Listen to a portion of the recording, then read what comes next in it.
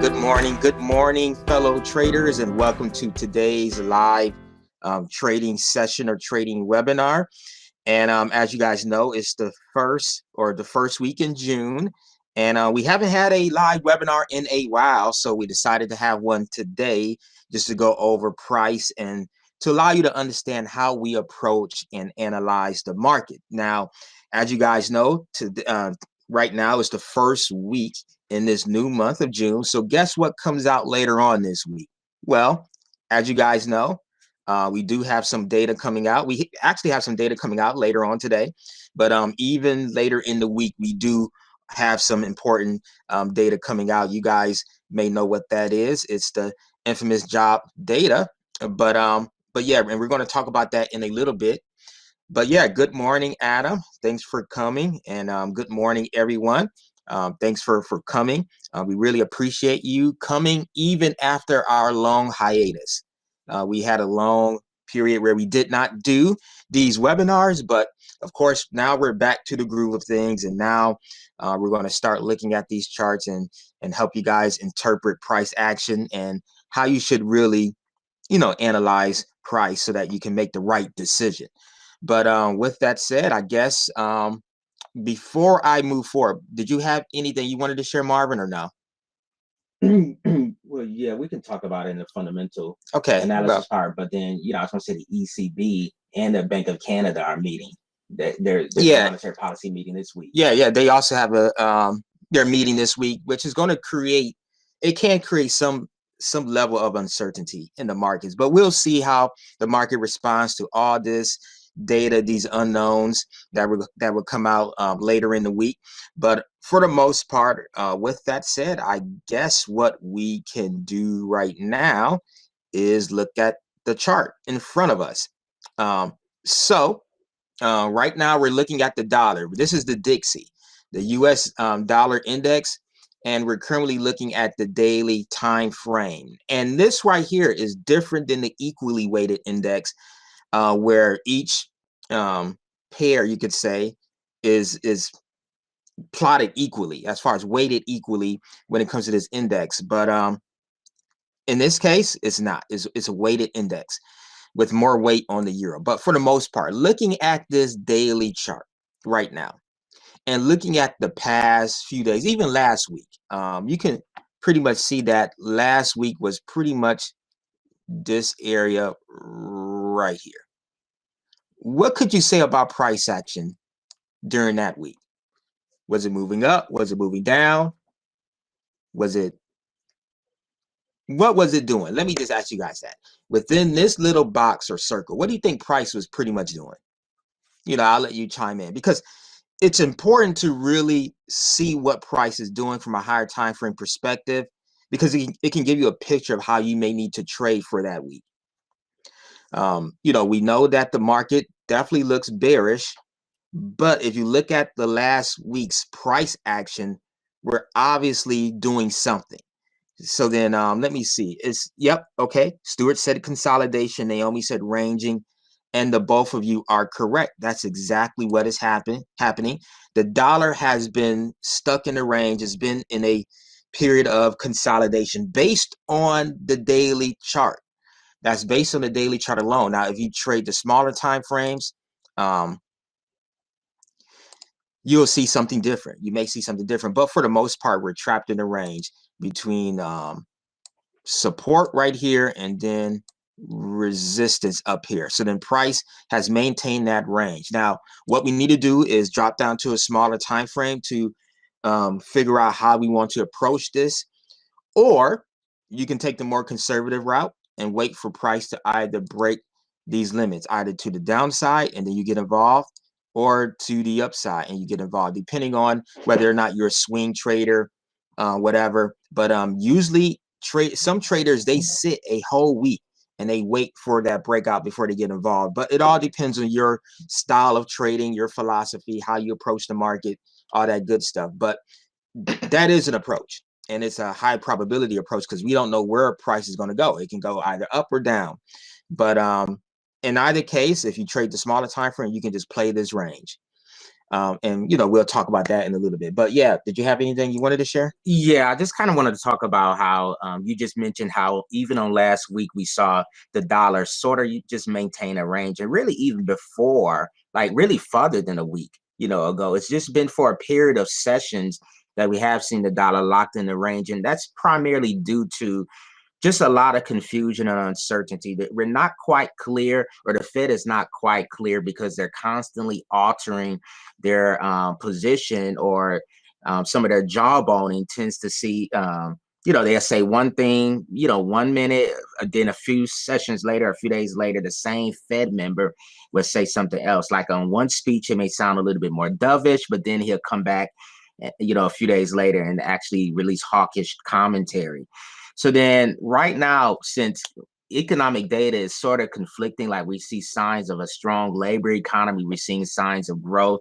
We're also seeing signs that the Fed is saying that they're not going to pretty much cut rates. They're going to keep rates on hold for a period of time, but the market is pricing in rate cuts sooner than later. So then there's this confusion, there's this indecision, there's this ambiguity in the market, and that's the reason why we see the doctor sort of maintaining a range until we get clarity. Now, we may get that at the non-farms. Like maybe the market is sort of waiting to see what this upcoming jobs data would be to sort of get a clear path or clear direction for the dollar moving forward. So then that's kind of what we see happening, right now, or for the past few sessions in the dollar. But I'm expecting it to break out of this range at some point this week, because we do have a lot of high risk news coming out later in this week's docket. Yep, exactly. Like I am expecting the same thing, some type of breakout either to the upside or downside sometime this week, but we'll see. But all right, so then we have this range defined. So then what we can do next is you can figure out how you want to play the range. So then let's drop down to the 4-hour. Let's see what's happening on the 4-hour. So then on the 4-hour, we see that price is pretty much in this range right here. And then you can look for buys at the lows and sells at the highs. So then in this case, what we do see, we see this reaction from this support right here. This is what we call structured support, or an area of demand, whatever you want to call it. It's up to you. But we do have support right there. Let me just make this green for demand. And yeah, and then we do have resistance up here, or supply, whatever you want to label it. It doesn't really matter. Resistance, supply, support, or demand. Yeah, it doesn't really matter too much. But yeah, okay. So then we see this long wick right here, and price looks like it wants to accumulate orders in order to push price up, but we don't know that yet. Price could very well go down. I think right now we're in a wait and see mode, but if I was to have a bias, it would be neutral on the 4-hour chart. Right now, it's neutral. I see that there's strong buying down here, so I definitely want to be cautious on selling, but at the same time, I can't be fully confident in buying. But maybe the smaller time frames would show me something different. So then what we're going to do from here, drop down to the 1-hour. Drop down to the 1-hour, and this is what we see on the 1-hour. We see that price is still in this phase as if it's trying to build something. So if I'm going to look for buys, for me personally, I would probably wait for price to break and close above this trend line right now in order to be safe, and then trade that up to these highs. Because once that happens, then we'll be more confident that the market could be going through a temporary rotation to retest the highs. So in other words, you can wait for price to break this, and then on pullbacks, you can just trade this move up into this zone right here. So if we see that break of this trend line on the US dollar, then we can look to be bullish on the dollar and really exploit those opportunities, those pullbacks into this zone of supply right here. So then that's how you can play the dollar. Now, of course, we do have some risk event later on this week that will involve the US dollar. And yeah, and really the other ones will too. But, for the most part, this is what we can expect could potentially happen. Now, price can also do the opposite, and we can see a breakdown. And if we do see a breakdown, then it's pretty obvious how we want to play it. see a breakdown, and then, you know, the pullback and the short. So yeah, just that simple. So then we're just going to wait for price to do certain things. We're not going to be presumptuous and just assume that the market has to move a certain way, because it doesn't have to. And that's why whenever you trade, you should always have a plan A and a plan B. If plan A works, if it breaks to the upside, then we'll be definitely more confident in the bullish bias for the US dollar. But if it breaks to the downside, then we'll definitely be more confident in a bearish bias for the US dollar. So it's just a matter of just waiting for these two scenarios to play out. So then you're not going to force anything. All you're going to do is sit on your hands and wait for that to happen. Because once that happens, then you have a greater likelihood of your bias panning out. You know, and trading is all about edge and creating that statistical edge. And you do that by really waiting for the market to create the right scenario for you. So in this case, we're just waiting for the breakout. That's all we're doing. We're waiting for the breakout, either to the upside or to the downside on the US dollar. Now, this is the weighted index. But if I was to take you to the equally weighted index, you'll see something similar. As a matter of fact, let me just do this right quick, and let me just expand this out right here from this. Okay, so then even on the equally weighted index, you can see that price is still within this range. It's trapped within this range. We see, let me just draw this out. We see right here that there's, you know, of course, it's trapped between a high resistance and you could pretty much say a low right here range. This demand right here could be the range as well. But it's pretty much in a consolidation, just like what we saw with the regular Dixie chart. And then from there, we expand out, and then we can see that we have consolidation even more.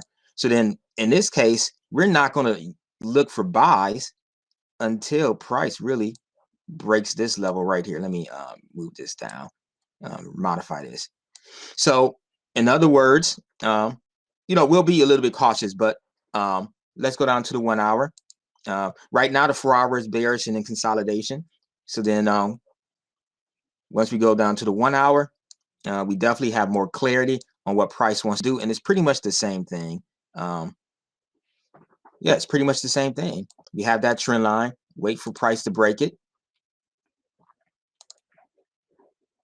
And then that can give you more confidence in a potential bias. But we do have this supply up here. It may be best just to wait for the entire break of this zone before you decide to look for buys. So in other words, you know, just like what we did before. It's just that simple. Boom, boom, boom, boom, you know, up there or something like that. So yeah, that's all I wanted to share, how both charts are telling you the same thing, that the market is in this consolidation indecision phase. We can see it with the dollar. It's in the range still. We need to wait for the breakout in order to know what we should do in regards to the dollar and bias and all that stuff. Yeah. You know, and I think, you know, even for some of you guys that are new to the group, I think it'll be good for us to sort of discuss the difference between being an aggressive trader and a conservative trader. Because like even at these levels right here, like we know that historically, like what we marked, we know that this is an area of demand. It's in the zone of demand. We see repeated footprints from the past that indicate that this is an area where buyers came in and bought the dollar. So then there can be, you know, based on probability, based on estimations and what we see in the past, you know, there could be a legitimate reason to think that there will be an accumulation of bids at this level. So then if you want to be aggressive, you can buy at these levels. However, we do see that we're still in a bearish environment. The reason why is because we continue to see consecutive lower lows and lower highs. It's currently in a downward trend. And you can see that the moving average is sloping downward.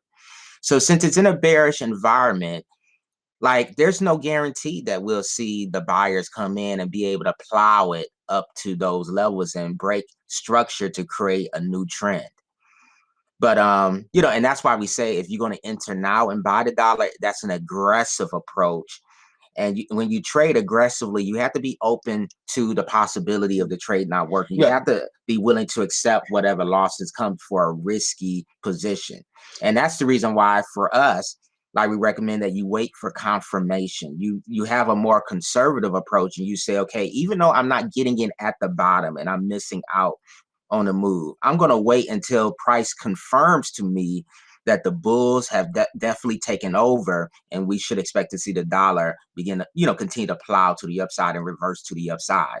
So then, of course, if you're an aggressive trader, they buy at these levels, but it's still risky because you don't have that confirmation.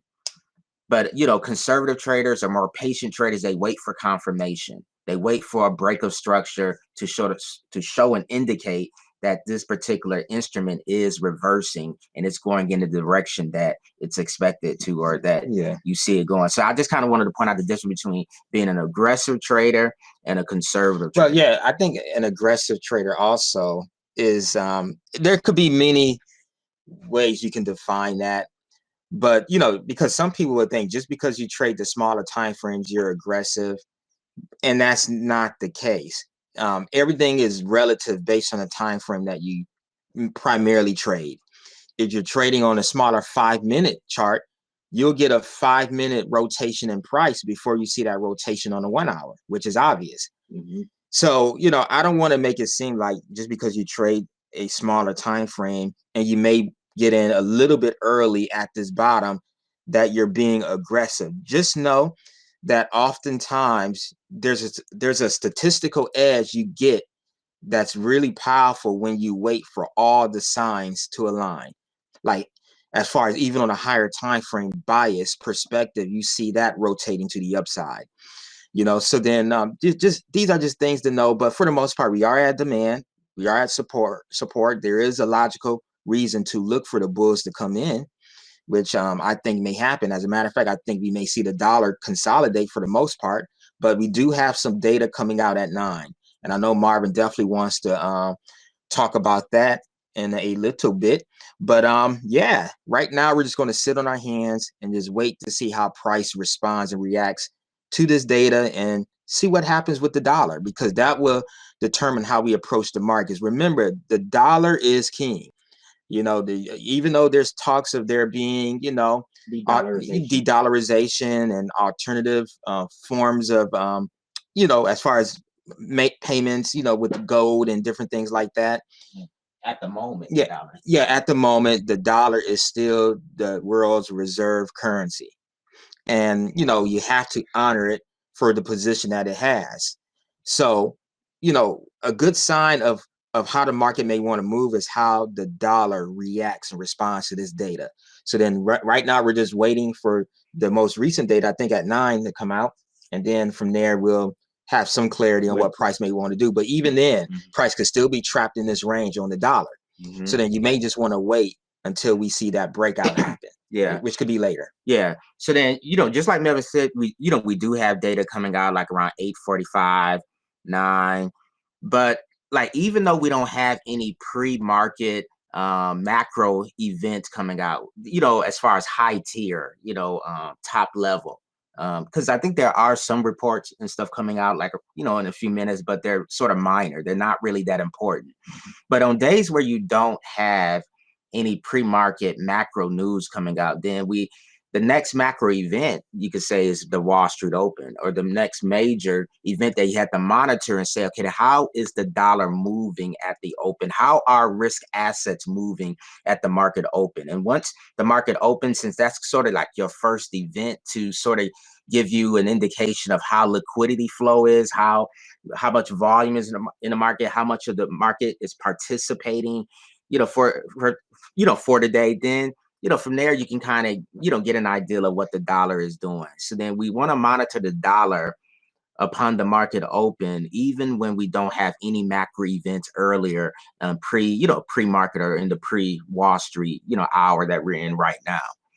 So then that's really our next risk event, you could say, for today, is just the Wall Street Open. How are the markets going to move? How is the futures market? Or like, of course, we look at the futures market now, but how with the stock indices open up, and we monitor that price action to sort of give us an indication of where assets may potentially go. May potentially go. Because oftentimes the market can open up one way and then immediately reverse. So you want to give it some time to prove its hand, to show what it wants to do. So then that's why with trading, it takes a lot of patience and really the skill of waiting to determine what the market really wants to do. But, you know, the open could tell you a lot, but also people get killed by the open, you know, and that's why you should just wait until the market filters out what it wants to do. And then from there, you can make your decision on how you want to approach the market. But, you know, like I believe in always waiting minutes, 30 minutes after the open, because sometimes you get a nice expansion move upon the open, and then all of a sudden price starts sliding back and reverses. Yeah, because the actual, you know, stock index has to catch up with what the future markets is doing. And that's the reason why we have that gap that happens. That gap in price is, you know, is a result of all the price action that happened during the off hours in the futures market. Yeah, but even then, even when you do get that gap upon the initial open, price could expand a certain amount after that gap. And then all of a sudden you're thinking, oh, the buy is definitely bullish or whatever the assets are. Let me look for buys. But then the minute you look for buys, that's when price starts rotating, because you assume that the buyers were still maintaining control off of that initial move that happened after the open. But that's not the case a lot of times. See, the market has a way of manipulating traders to make a certain decision that they know will work against their best interest. So, you know, the key is just to be patient and wait. Let the market tell you over time how it really wants to move. Don't be so quick to pull the trigger and get in a trade upon the open. Just wait maybe 20 minutes, 30 minutes after the open, and then you'll have better clarity on how the market wants to move for the day. You know, so then those are just things for you to know moving forward. You know, the market opens, wait maybe 30 minutes after to get more clarity on how the market wants to continue for the day. Now, let me just add this for, you know, for those of you guys that are new, just to understand how we draw in our arrows and charts and what they mean. Now, this arrow that you see here, it doesn't mean that we know price is going to go up. Right now, we're in a bearish environment for the dollar. Even though, you know, of course, it's testing a demand zone at the moment where buyers and bids could be positioned. We're still in a bearish environment. The moving average is sloping downward. We're seeing consecutive lower lows and lower highs. When you look at those peaks and those valleys, they're, you know, it's trending downward for the moment. So that we're in a bearish environment. But what these arrows represent is a potential trade. Like if we're going to buy the dollar, we want to wait to see price move up and break above structure first. You know, since we like to wait for confirmation, and then, you know, it just represents a potential trade idea, but it doesn't mean price is going to do that particular pattern or go that particular route. It just speaks of a possible trade opportunity that could play out. But at the moment, we see that the dollar is selling off. It's bearish. So as of now, at the moment, we're going to stay on the side of being bears and look for opportunities to sell the dollar, but we don't want to sell at demand. You know, of course, you always want to sell at supply, buy at demand. But in this case, we'd just rather just wait for price to either plow through demand or for some other short term on a smaller time frame for us to see something play out to get an idea of how we want to play the dollar for the session. Or if you just want to play it safe, you know, just wait.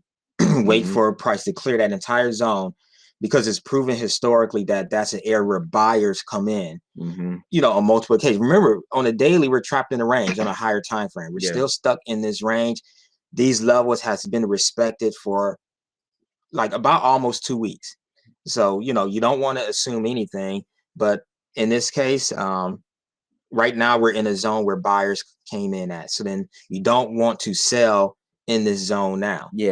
We want to wait until price bounces and then comes to supply, and then we can probably sell. But even then, you know, right now we're in this demand zone, and you know, if depending on your style of trading, you'll be looking to buy. But you know, but based on how we trade, we're not looking to buy. We need to see proof that the buyers are taking control. Now, let me say this: like, since we know this is demand, then what you could do, I mean, on a smaller time frame. Like I know we're right now we're looking at the 1 hour. Yeah, but that's what I said earlier, Yeah. Marvin. Right. I know I'm trying to, repeat it again for those that, just came in.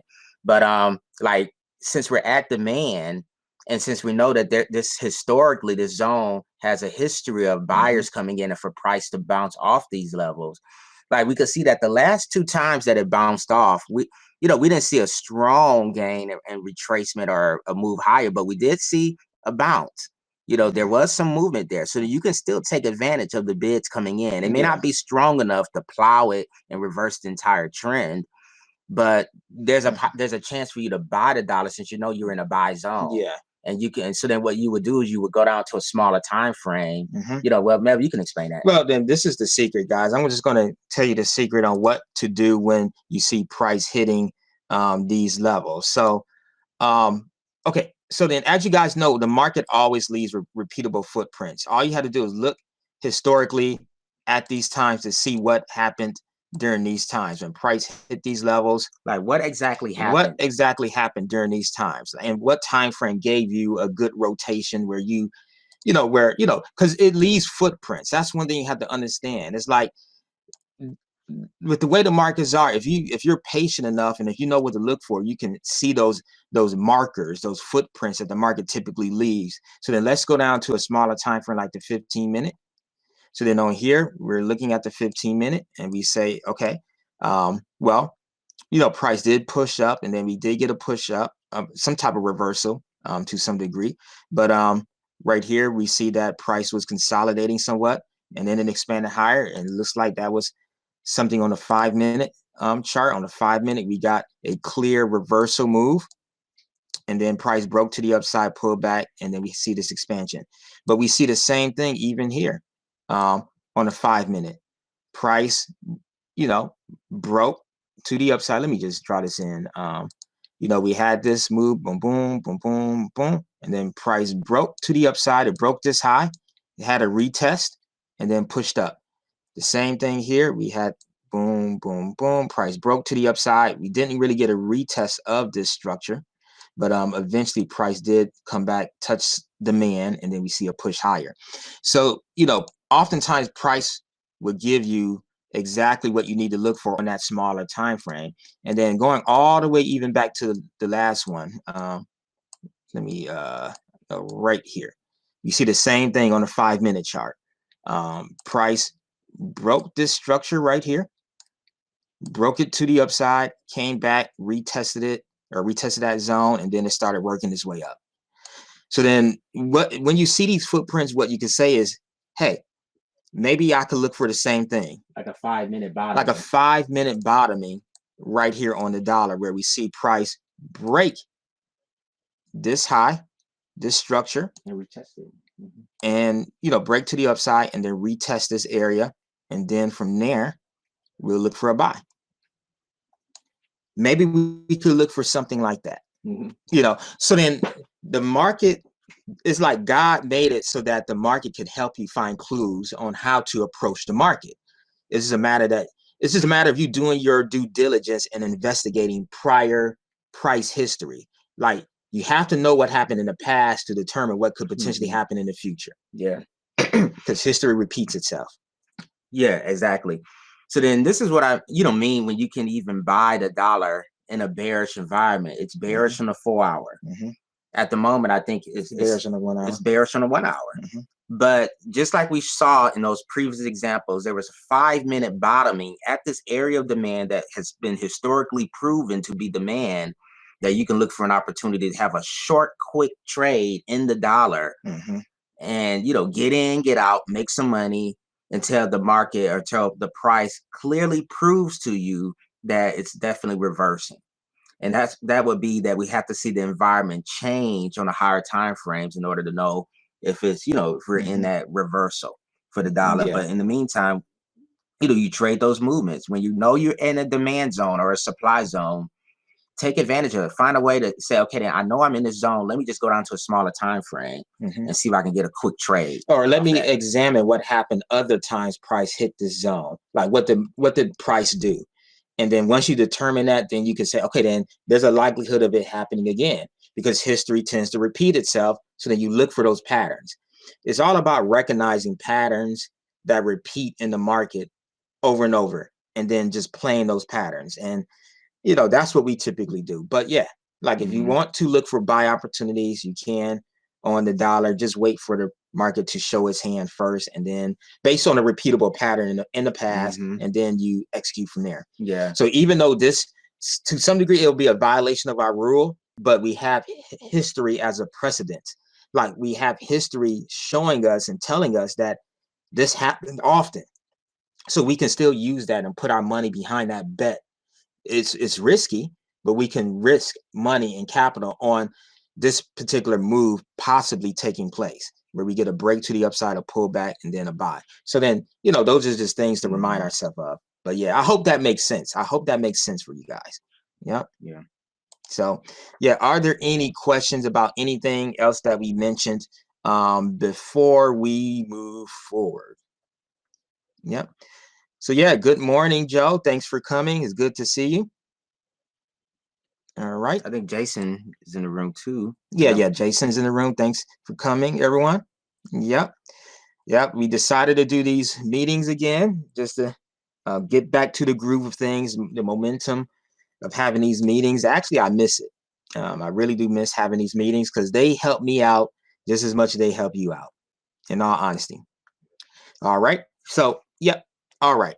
So if there aren't any questions, then what we can do now is look at certain things like, well, I'll let Marvin talk about the fundamentals, and then we'll see how much time we have after that. All right. So let's do that. So yeah, I'm going to give the mic over to Marvin, and he's going to take over from here, and then I'll come back on later. Okay. So you guys know that, we're starting a new month. We're in the month of June, and the traditional trading proverb or market proverb doesn't seem to be wanting to play out, where we, usually hear sell in May, go away.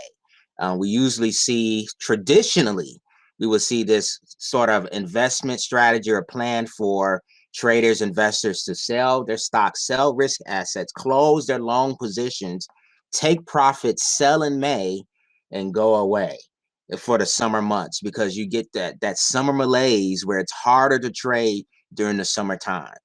So then as the weeks go on in June, we're going to monitor and see if we're going to see that. Because this year may be a little bit different since we have so much going on. We have the geopolitical backdrop, with war, escalation of war, especially what happened last week with the Ukraine, with the U.S. and with the Biden administration giving Ukraine permission to strike within Russian territory.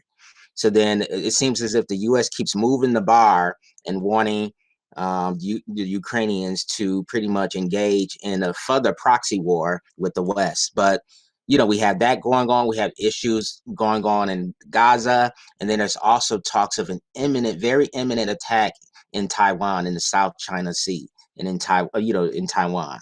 So then, these types of geopolitical news will sort of kind of help to shape how the markets respond, even during the summer months when traditionally markets are more calmer. There's not as much volatility and volume.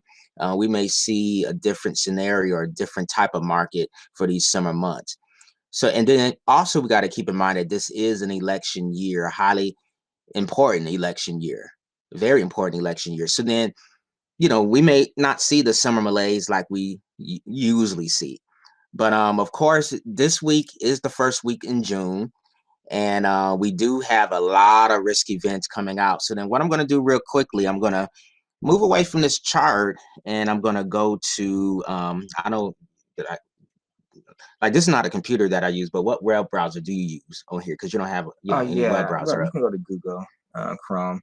Yeah, so then, we may just have to, but you can just open it up. Minimize. And then just open that up. Yeah. And then go and change that on the okay. Yeah. All right, let me just do this real quick. Share. Okay.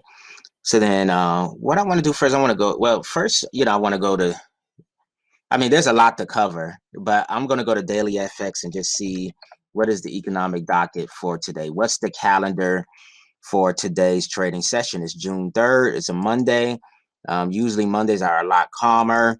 We don't have as much high risk news, but for this Monday, there wasn't much. We had a lot of PMI data come out of the Eurozone, and we could see here that the PMIs came in, well, of course, in contraction territory.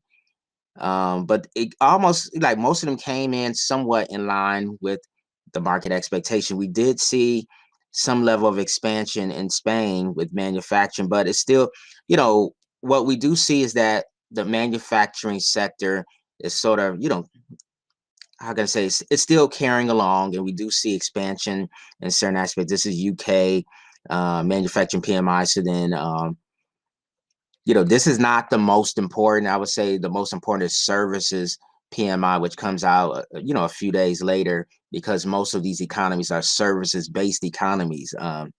They're not manufacturing powerhouses like China, India, and some other BRIC nations or emerging market economies.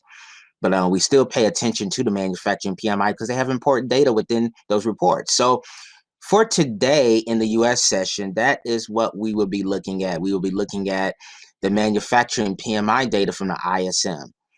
And the reason why the ISM report is important because it can serve as a leading indicator of what the Fed could do or what, the dollar or where the dollar could go. Because within the PMI report, there's various sub-indexes that we look at, like the employment index, new orders, prices, that can give us an idea of how is growth, because the PMI, like the manufacturing PMI, is used to sort of predict where U.S. economic growth is, the status of U.S. economic growth. So then we're going to look at the employment subcomponent and really the prices subcomponent to give us an idea of how pricing pressures is, how inflation is, what is the manufacturing, like how are prices in the manufacturing industry? Are they going up? Are they expanding? Are they contracting? And right now you can see that the forecast is for expansion, that in the manufacturing sector, we're expecting to see inflation expand and accelerate to the upside. Like it's showing signs of stickiness with a number of 60. Because 50 and above is expansion territory. That means that indicator is expanding. And if you get a number below 50, 50 and below means that particular feature or indicator, the market is contracting. So in this case with prices, they're saying manufacturing prices, the prices involved in manufacturing goods or, creating goods, like that's expanding. The cost is expanding at 60, which is very fast, which is, it's a pretty sturdy, solid pace of expansion. So we're going to be monitoring that. And we're going to also look at the employment index in manufacturing to see, is the U.S. labor market pretty sturdy, or are we seeing signs of the labor market cooling? So then we're going to be looking at that. Right now, we don't have any particular forecast for how that employment sub-index would be, but we're going to monitor it to see, because this can give us a good sign of how the non-farms payroll report would be later on this week.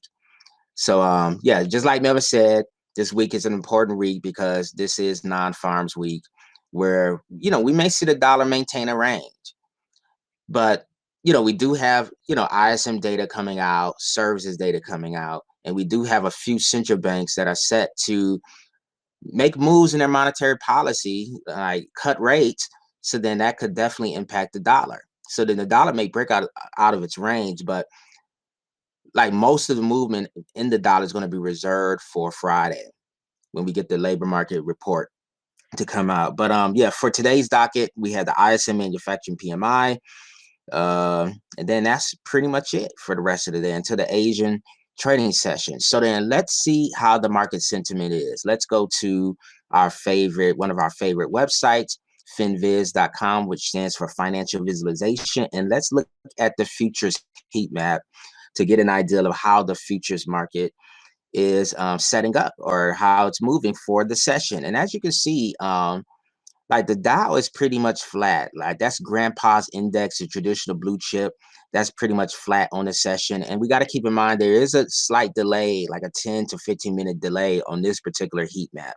It's not as current. So then we would still have to go to the actual chart to see the current price for these particular instruments. But this can give us an idea of how it's been trading or how it traded the previous 10 minutes before now. But we can see that right now across the board, global equity future indices, aside from the Dow, has been trading to the upside. There's been some risk appetite. And we see some of the strongest gainers are among small cap, the Russell 2000 and the Nasdaq. And that is primarily due to some good news coming out of the tech sector. We're seeing mega cap, big tech rally in the off hours due to some news that came out over the weekend from NVIDIA that they plan to launch their next generation of AI chips in their platform in, I think, 2025 or 2026. I can't remember.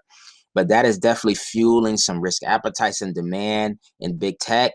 And really, to be honest with you, there's only been a few stocks that have been really moving or responsibly or have been responsible for moving the bulk of the stock market. And that's been, your NVIDIAs, your, Metas or Apples or Googles. Like a lot of the big tech stocks have contributed a lot. Like almost a third of the stock market gains this year have been primarily narrowed down, or could be primarily narrowed down to those 6 or 7 companies that represent the Magnificent Seven, or, just those big tech companies. So then, yeah, that's what's really propping up the financial market futures, for this first trading day in June.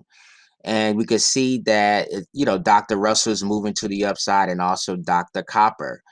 Dr. Copper, which is a, industrial metal. It's often tied to economic expansion, infrastructure expansion. Is tied to, manufacturing growth. So then when we see a pickup in copper, that can be a sign of global growth, in the economy. So then we're seeing signs of global growth. We're seeing signs of risk appetite. If you look to the VIX, which is an inflation sort of like hedge, or, sort of like a hedge in the market against risk aversion, I should say, not inflation, but it's a volatility index, the fear gauge. You can see that it's selling off. Like we see traders not willing to buy insurance to sort of hedge against their risky long bets. They want to go long. So then we see the VIX. There's not too many bids in the VIX. It's selling off at the moment. But for the most part, this heat map is fairly mixed with a slight bias to the upside. So then for this Monday morning, I'm expecting, things things could change, but there is a slight preference for more upside in the future space. So then if you want to pick a side to trade on, then just look to sort of remain long and trade these instruments, to the upside. But yeah, but be careful, because I'm going to share something later that I think can give you some perspective on what could be taking place. Yeah. So then right now we're at the currencies heat map. You can see here that the strongest currencies for the session are the Kiwi or the New Zealand dollar, followed by the Japanese yen and the Swiss franc. So that's an interesting disposition or spectrum position. But you see the Japanese yen and Swiss franc strong, which are traditionally your safe haven currencies. Mm-hmm. But on the weaker side, we see the pound selling off. We see the pound selling off, followed by the US dollar, which is sort of neutral and flat. And then the Canadian dollar. I think the Canadian dollar is waiting for their manufacturing PMI data to come out. But also the Canadian dollar, the CAD, is going to actually be impacted on, I think it's Wednesday. It's either Tuesday, tomorrow, or Wednesday. But the Bank of Canada has a monetary policy statement, and right now there's talks of them possibly cutting as well, doing a surprise cut, since they, the market conditions would make it allowable for them to cut rates, now early, along with the euro, which the bank, the ECB, the European Central Bank, they're expecting to cut rates on Thursday by 25 basis points among all 3 of their lending rates. So then, both these currencies are flat, which is interesting because they both have central bank monetary policy or interest rate decisions later on this week. But yeah, let's go to the crypto space, see what's happening in cryptos, and you can see that there's some demand in the digital coin space. That can be a sign of risk appetite. There's, the market could be expecting cheaper money or cheaper dollars. So then we're seeing them price in or trade ahead of any type of major move. So then they're buying, Bitcoin. The strongest rally today is in Bitcoin, which is pretty much serves as the framework for all the other currencies. But then you have Bitcoin Cash coming in at a close second and Ethereum coming in at a close third. And then the US dollar is sort of the weakest because they're all denominated in US dollars. So yeah, it seems like today is coming off to a good start. There's positive risk sentiment, but just like my brother said, that can all change right after the opening bell.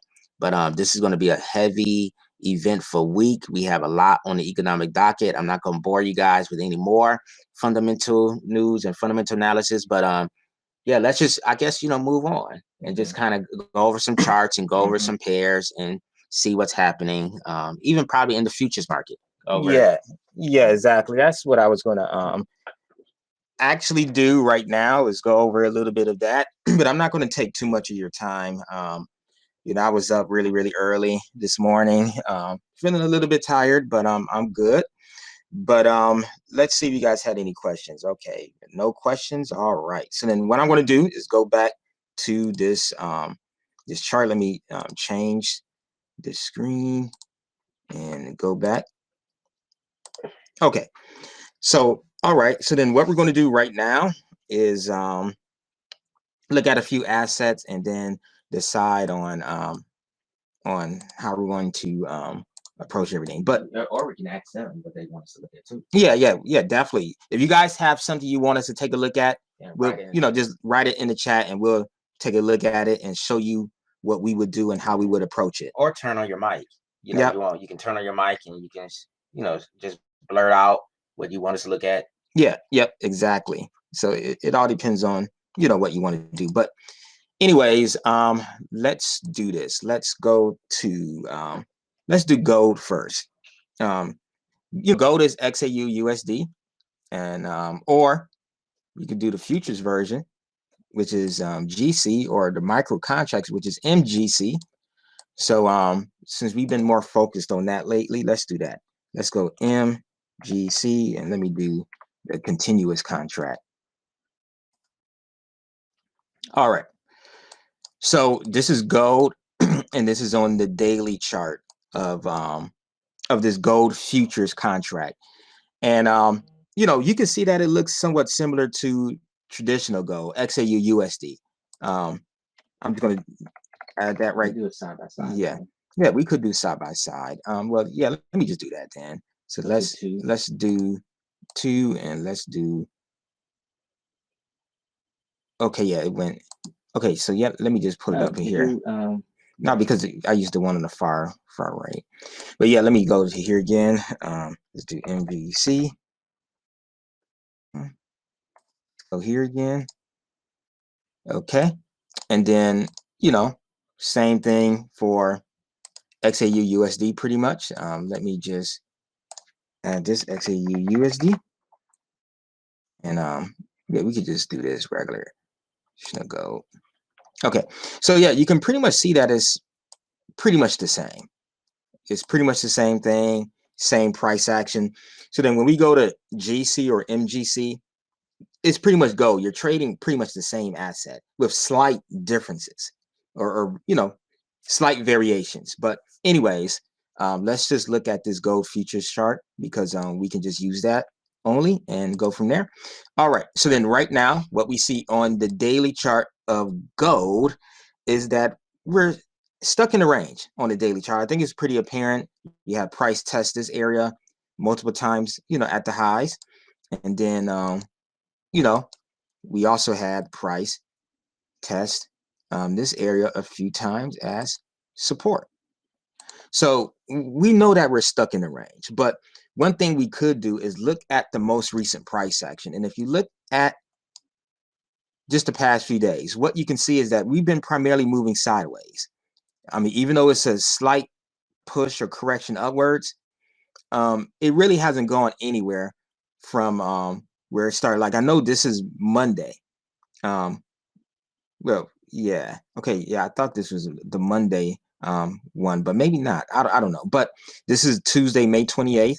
And ever since then, prices really been range bound or consolidating. It hasn't really gone really too far. But what I want to point out is this area right here, or this right here. What do we typically call this candle?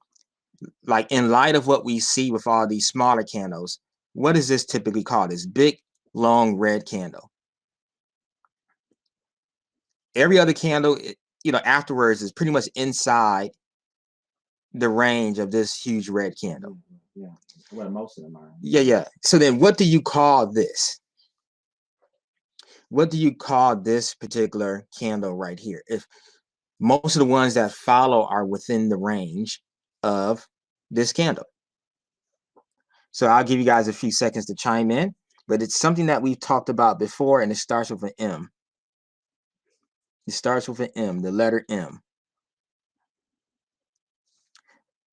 And I think we celebrated it two weeks ago, a few weeks ago. Just to give you guys a hint on what I'm talking about. No. Well, yes, that's what it is. It is like a Mara Bruto. But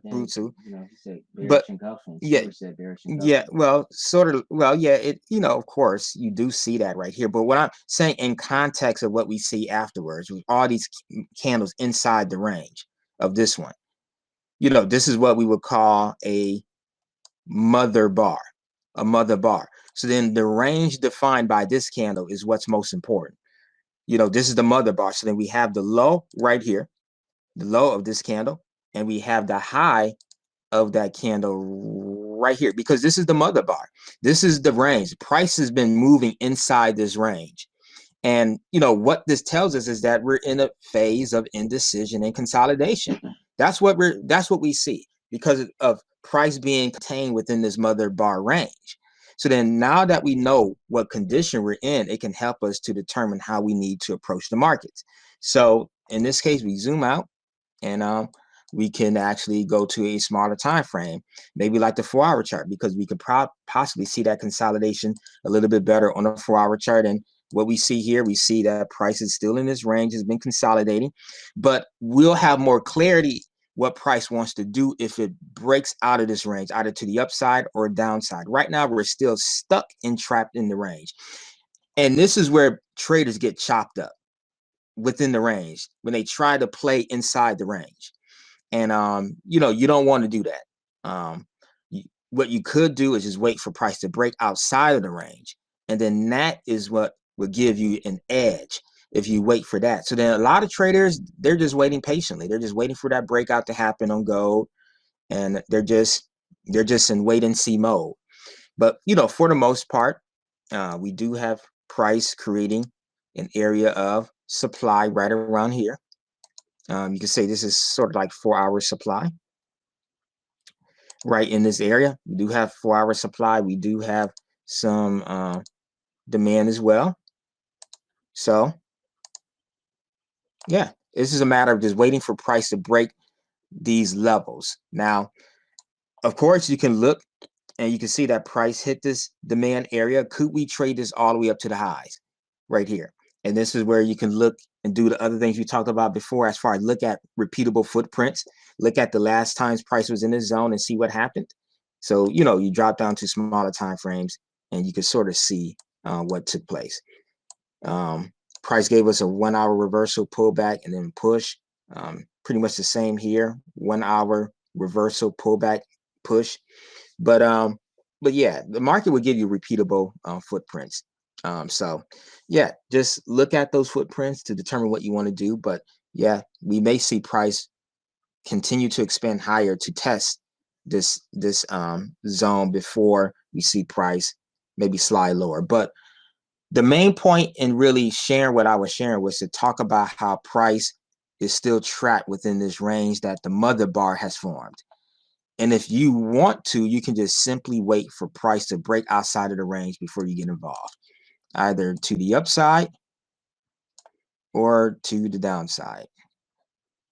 So it's up to you how you want to play it. But yeah, that's gold. A lot of indecision. You don't know where price wants to go. So sometimes it's best just to sit on your hands and do nothing. Okay. All right. So then that's gold. Now let us look. Well, before we move forward, are there any questions about gold? Going once, going twice. All right. So let's go to something like the Nasdaq. So I want to go to the M and Q, and they need to go to the daily chart. Okay, so right now we're looking at the daily. Let me remove some of this stuff too. I don't want to confuse you guys even more, but we're looking at the daily chart, and based on what we see in the daily chart, what would be your assumption as far as what price is doing? Like right now, we see that we obviously have a bullish bias, but price went down, tested this demand right here, and then now we see that long wick. So price came down, tested this demand zone right here, and it created this long wick, that long demand, indicating that this is daily demand. So there's a possibility we could see price expand higher. However, we do have to make sure that we acknowledge the fact that this is also an area of supply. And we may be able to see this a little bit better on the 4-hour chart, this supply, but for the most part, we can see that this is where there was a rotation. We had a violation of structure, and, price, may want to respect that. But, going down to the 4-hour chart, this is what we see. The environment is still bearish on the 4-hour. So it's bullish on the daily. Go to the 4-hour. It's bearish on the 4-hour. And if you go to the 1-hour, it's bullish. Okay, so then what do we do from here, right? We have the bullish and we have the daily bullish. 4-hour bearish, but 1-hour bullish. So then this is what we do. In order to know exactly how you need to approach this, for one, before we look for buys, we need for the 4-hour to at least show that it's becoming bullish. We don't see that yet right now. We do not see that, so then we're not going to pay attention to that daily bullish bias because the 4-hour is still bearish. And since the 4-hour is still bearish, maybe we could look for an opportunity for things to shift on a smaller time frame. So then 4 hours bearish, 1 hour is bullish. We're not going to look for shorts until the 1 hour becomes bearish, or until the 1 hour breaks this area of demand right here. So this is an area of, you could say, 1 hour demand. You would not look to go short until either the market environment shifts or until we see a break of this level to the downside, thus creating a bearish environment. And then you just wait for the pullback and then enter your short. So there is, it's pretty simple, but yeah, that's something that you could definitely wait for if you're trading an index like the Nasdaq. Something like that could very well happen. So just bear in mind that. But yeah, let me just go over one more and we'll call it a day. I'm just going to go over the Dow. So let me just do that right quick. Go to the daily chart. And let's do the Dow, because I think the Dow looks a little bit different than all the other ones. Yep. Okay, so this is the daily chart of the Dow. Looks quite similar to gold, actually, with this huge range on the daily. But yeah, right now we're in this range. We're in a period of indecision. Prices respecting support, but it's also respecting resistance or supply. So we go down to the 4-hour chart, and we see that the 4-hour chart looks like it wants to shift or rotate, but we don't know yet. We'll definitely we'll have to see, but there's a possibility we could see price pull back a little bit and then push up higher. So yeah. Or yeah, or there's a possibility we could see something like this where price comes back down, retest these lows, breaks these highs, and then come up to test those highs based on the footprint that we saw earlier for this particular asset. But yeah, 1 hour, well, 4 hour looks well, it looks sort of neutral with a slight bearish bias, but the 1 hour is definitely very much bullish. So if we were to buy gold, where would we buy gold at? Well, we have this strong imbalance candle right here. Dow. Yeah, Dow. Excuse me. If we buy the Dow, we have this strong imbalance candle right here. So from here, we do have the strong imbalance, but I'm not going to pay too much attention to that. What I'm paying attention to right now is this area right here.